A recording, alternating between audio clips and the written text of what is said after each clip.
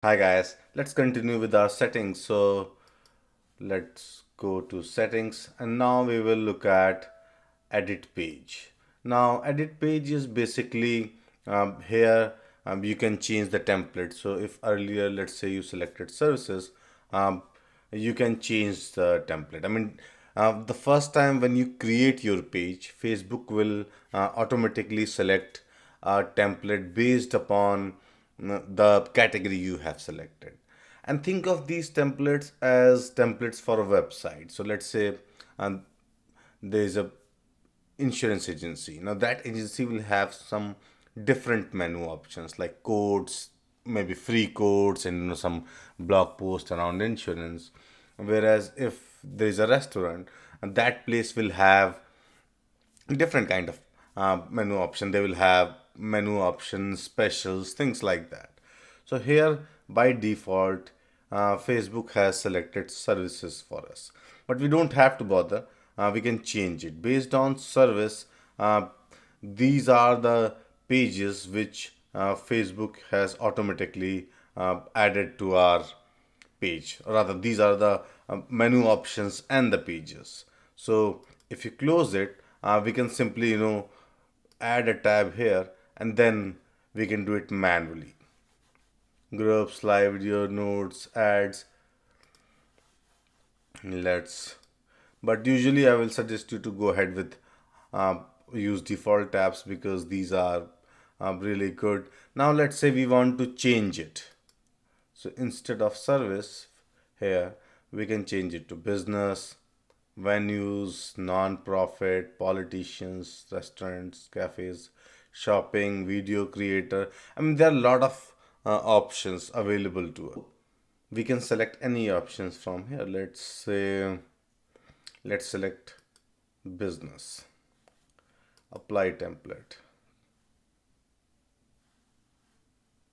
So you will see that it's also telling us what changes we will see post this implementation. So now you can see some of these posts have changed. So uh, you don't have to bother about too much on these things. I will say go with the standard after selecting the closest value for your category. And if you want, you can always go and change these things. You can add shop, services, notice, things like that. So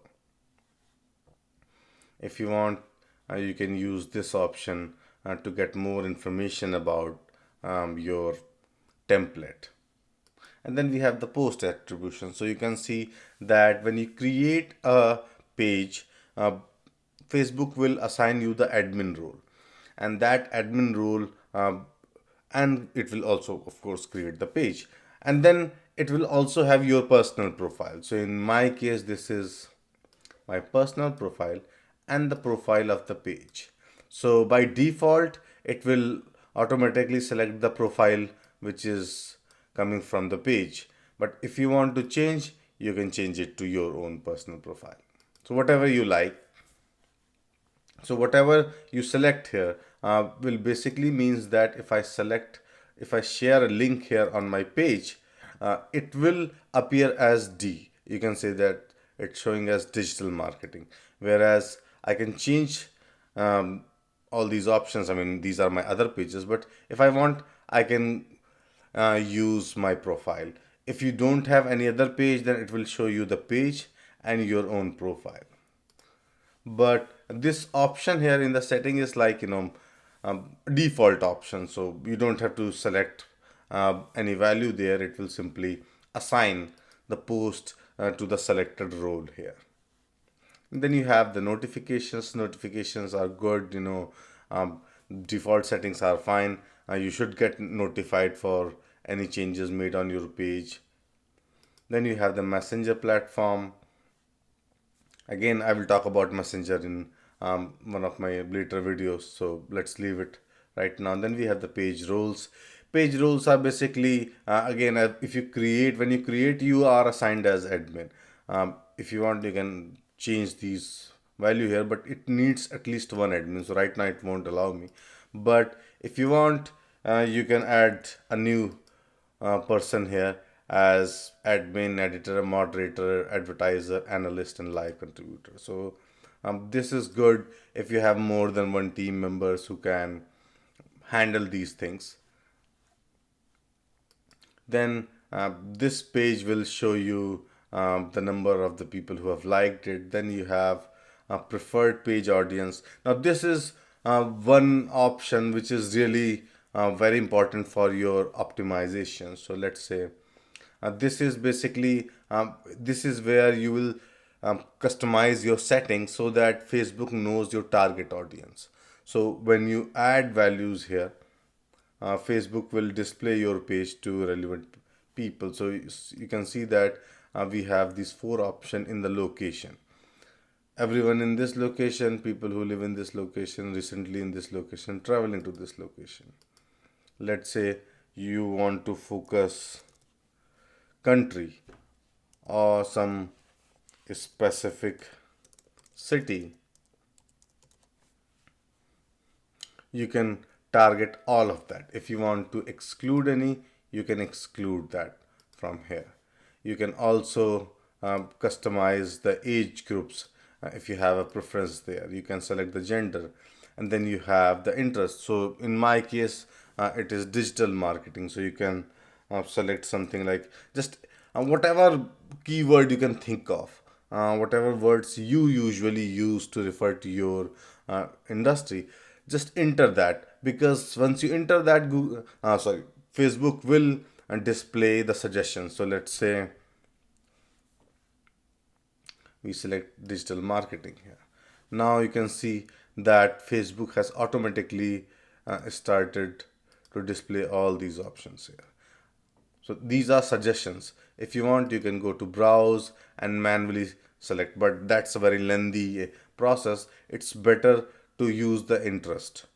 And then you have the language. So if there is a particular language you want to target, you can use that. So we have French all, Canada, whatever. I mean, then, and whatever you enter there, all of these settings here will Facebook will give you an estimate based on that. So it's really cool. Let's say you are a local business. Let's say people who live in this location. Now I am a, let's say, digital marketing agency. Then I can say, now if I want to target this city, I can literally use these options to further customize it. So I mean, it's a very good option. You should, if you want, you can change and increase the radius and all these things here. Uh, you should always use these settings. I mean, even if you are going with plain vanilla settings like targeting a particular country, that's fine. But enter the place, and after that enter the relevant interest. And these are very important. And you will see that you will get lots of free likes and engagement, because Facebook will use these settings to display your page in the recommended options, which we saw earlier. So it's very important you enter information in this section. This is preferred page audience um, in the settings. Then you have partner apps and services. So basically, Facebook has integrated itself with additional services. If you want, you can integrate these services. So like My Time, it's for booking. And then you have Slice, it's for food. So whatever you services offer, I mean whatever services you are offering, based on that you will have options here, home advisor, things like that. So if you add it, you'll it will be added to your page. So it's, think of apps. These apps are adding additional functionality to your page. So again, it will depends upon your requirement. If you want to support online booking from your page, this is something which you need.